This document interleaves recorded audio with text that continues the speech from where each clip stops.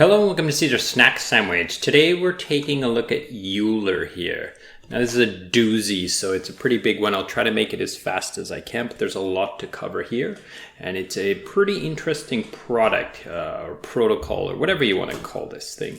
It's a permissionless lending market, okay? Now if we go down here, you can read through all this and stuff. I just do want to show you that there is quite a bit of backing already, quite a bit of investment. So if you're thinking about buying this token or investing in this protocol, know that you're in the back of this line here already. So, but I do want to talk about it because it is a pretty cool product, okay? So I'm going to go into the dApp here. The dApp looks like this, and as you go through, there's quite a few. It looks like a regular lending and borrowing protocol, but most of the time I'm going to spend today in the documentation going through this white paper. I try to make it as less boring as possible, but there's a lot to cover. So I'm just going to kind of use this docs as a kind of like a PowerPoint kind of thing. Just go down and talk about the features. Okay, so the first thing we want to talk about is its permissionless listing. Okay, when you first hear permissionless lending market, you think, oh, they're all that, right? You can go there, you can supply, you can borrow. But this one, there's no listing committee. So any token can be listed, apparently. It'll get listed, but it won't be fully functional because they have these asset tier categories. And if we go over to the dApp here, we can see currently they have 3 that are inside the collateral asset, 20 inside the isolated asset, and 0 in the cross asset. Okay, now let's go back to the paper and let's talk about what is the difference. Isolated means that you cannot use it as collateral, but you can borrow it only in isolation. So that means if you borrow these tokens, then you can only borrow that token. So if we go here, if you see isolated, right? These ones here, you can, oops, I want that on. Turn off these, and we can see that, and I'll turn off these crosses. All of these isolated tokens. So if I wanted to borrow this, CBX from here, then with this wallet, I couldn't borrow another token. I could only borrow the one, okay? The cross tier is it cannot be used as collateral, but you can borrow it alongside other assets. So there might be like 2 cross tier assets that you could both borrow, like a little bit of this token and a little bit of that token. Now, currently there are none that are in this category.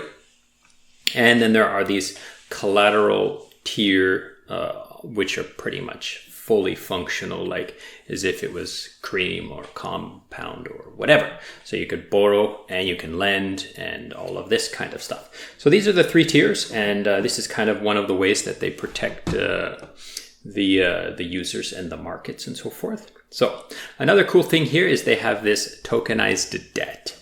So Aave was experimenting with this as well, but this is a little bit different, okay? So let's read what it says here.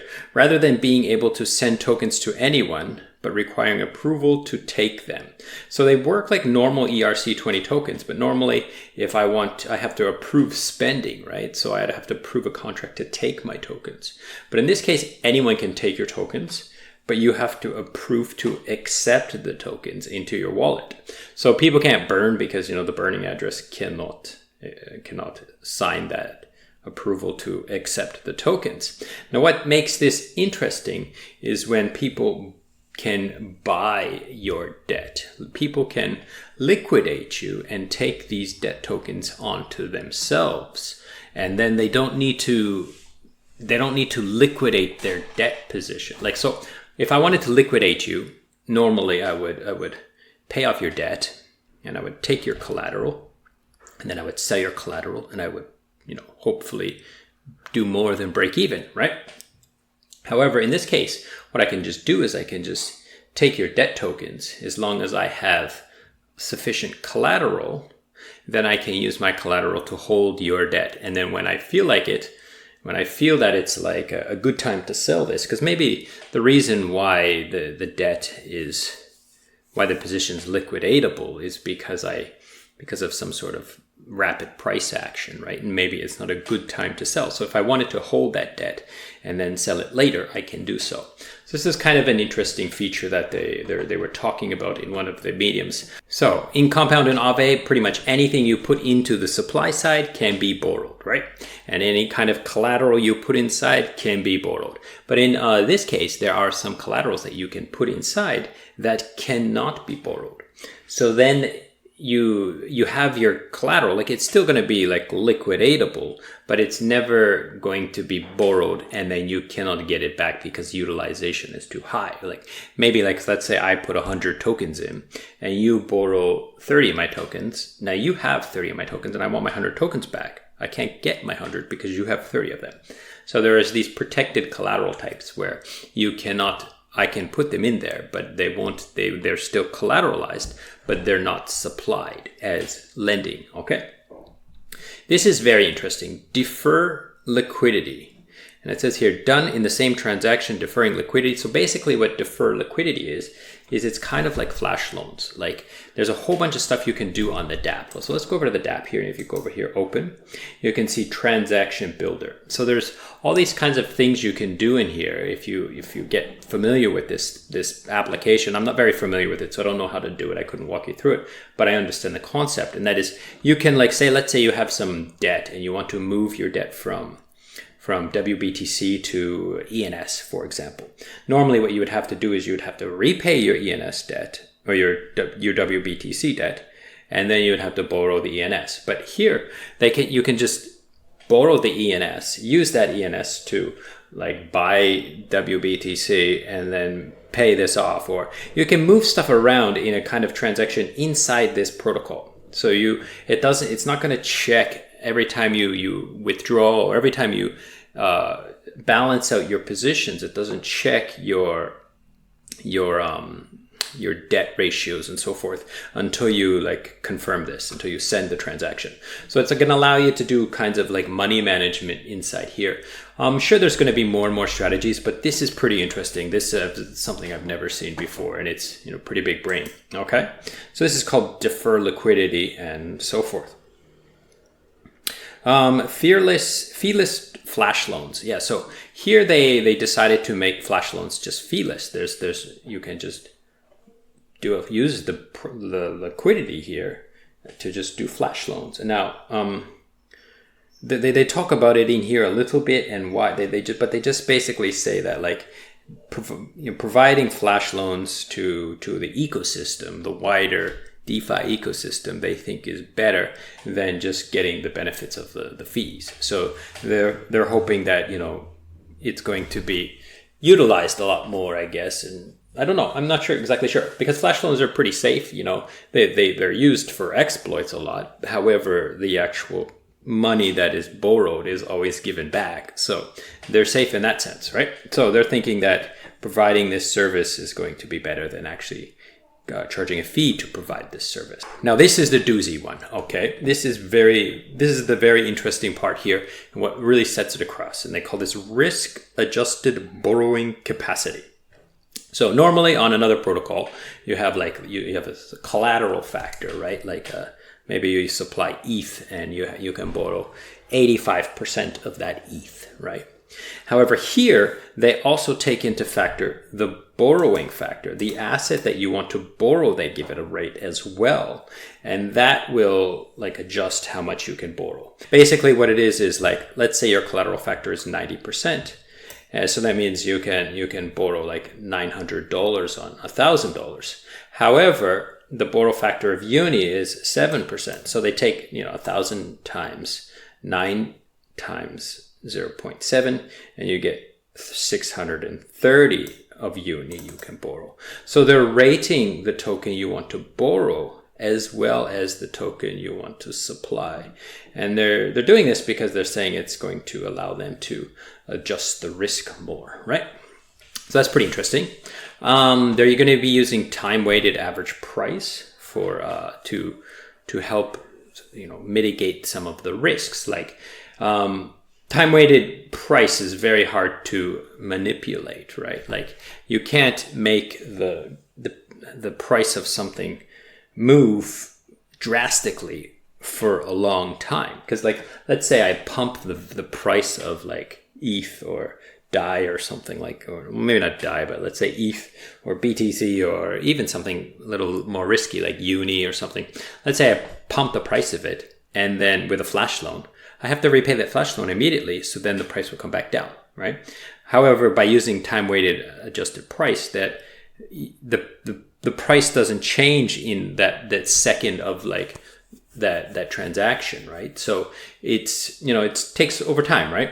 So now what's the benefit of this? It prevents the it'll also prevent some like unnecessary liquidations, because maybe there's actual like volatile price action over a few minutes or over a few seconds, or, you know, a few blocks, not just a single flash loan transaction, right?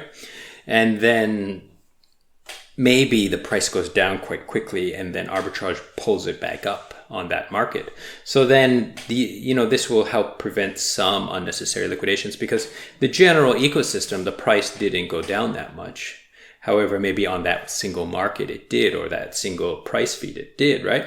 So this is why they're accepting this. They're like, it's pretty interesting, I think. Okay.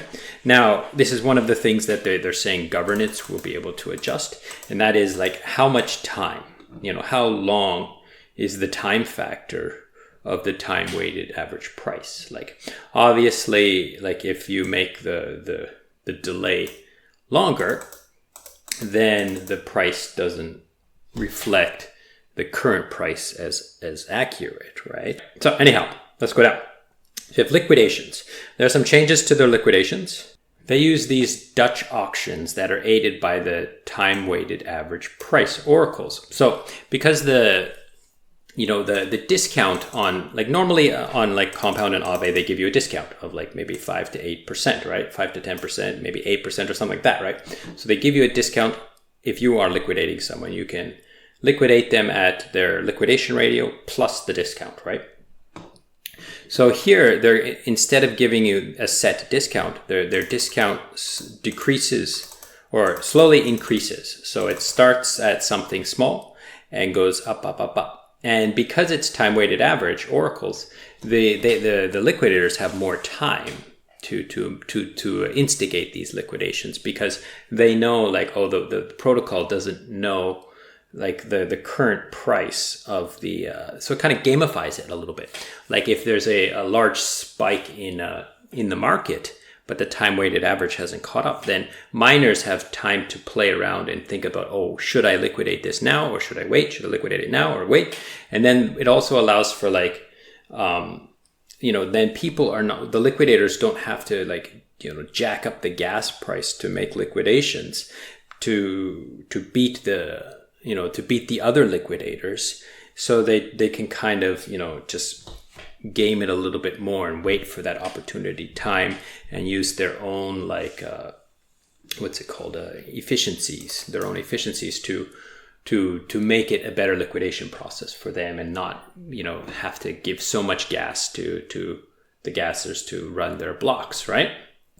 Usually with a liquidation, the liquidator has to, take a flash loan or use his own funds to liquidate a position. However, here they're using stability pools, kind of like Liquidity, where you can supply assets to these stability pools and get some interest, and then when the liquidators want to liquidate somebody, then they will use your assets to liquidate someone else, take their fee, their bonus, right, and then put the assets that they liquidated into the stability pool. So if you supply to the stability pool, just like in Liquidity, you are then using your assets to buy the other assets at a discount. So you have to kind of be aware that, oh, I'm okay with buying like this all of these collateral assets at a discount. So this is something that's a pretty big factor you have to think about, but you are buying them at a dip. You are buying the dips basically, so that's a good way to buy the dips. So I think that's interesting, but it's not as good as liquidity where you're going to get ETH, right? Whereas here you might end up getting like something you're not interested in holding, right? Moving down, soft liquidations. So instead of having like a set amount that they can liquidate, like on Compound, it says, you can liquidate half, okay? So you can liquidate half their collateral.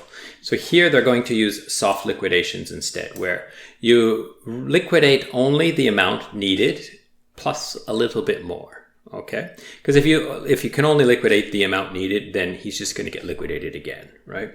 When it gets sufficient enough. So a little bit more, exactly what is needed, and a little bit more. And now what's the benefit of this is people who have like large, like a lot of collateral, a large amount of collateral, then if they get liquidated half of their collateral because their position goes a little bit into liquidation, that kind of sucks, right? So this is going to be more dynamic and liquidating just what needs to be liquidated plus a little bit, right?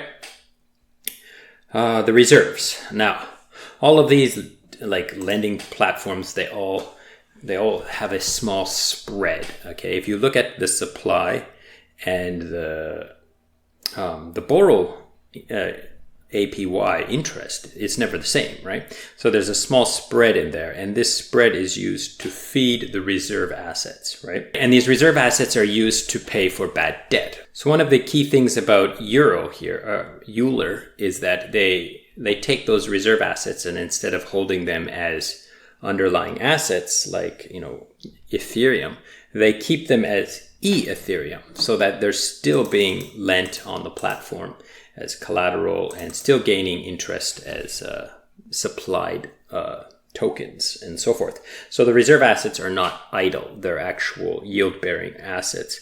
So the reserve assets are growing by themselves, and they can be used to pay off bad debt when some bad debt is accrued, right? Now, the actual reserve factor is something else that is governed by the holders, whether or not they want to make that spread zero or higher, because the higher it is, the less likely people are going to want to supply here because their APY will be better elsewhere. And then if it goes too low as well, then there's the risk of bad debt, right? So governance will manage this reserve factor. Okay, liquidation surcharge. This is interesting. The liquidation, when you liquidate someone, you have to pay a slightly larger amount than what was borrowed. Just a little bit, right? Now this slightly amount more. So let's say you borrowed $1,000 US, and I wanted to pay off your debt because you're liquidatable. Then maybe I have to pay $1,010 or something. So slightly more. And what does that $10 do? It goes into the reserves to help manage bad debt, right? Now, as like more and more liquidations are going to happen to the volatile assets because they move around a lot, right? So then the reserve starts to build up assets that are more risky. So they have more volatile, risky assets in the reserve than they do in other tokens, right? So this is interesting. Reactive interest rates. This part here, I tried to read this and try to understand it. I went through all here and tried to read more. I don't really get it, but the main idea is that, the interest rates on most of the lending and borrows are pretty like linear, or like maybe it's not a straight line, like it's a curve, right? But it's pretty set, right? Like they set that curve, and here they're saying that it's going to be more reactive, so it'll be able to dampen. I don't know exactly how this works, so hopefully maybe I'll figure it out eventually. But anyhow, let's move on.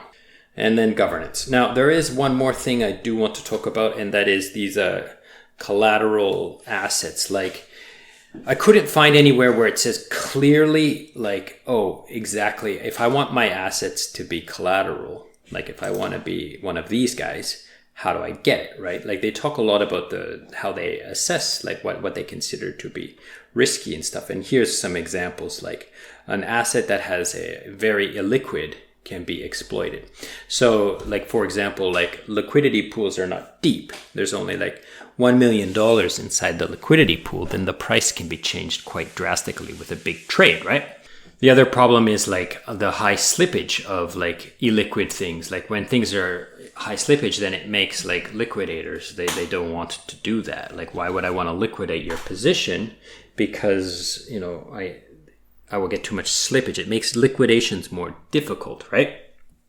Because they're going to get your collateral back. And when they try to sell that on the market because everyone's dumping it, then they're going to get more and more slippage, right?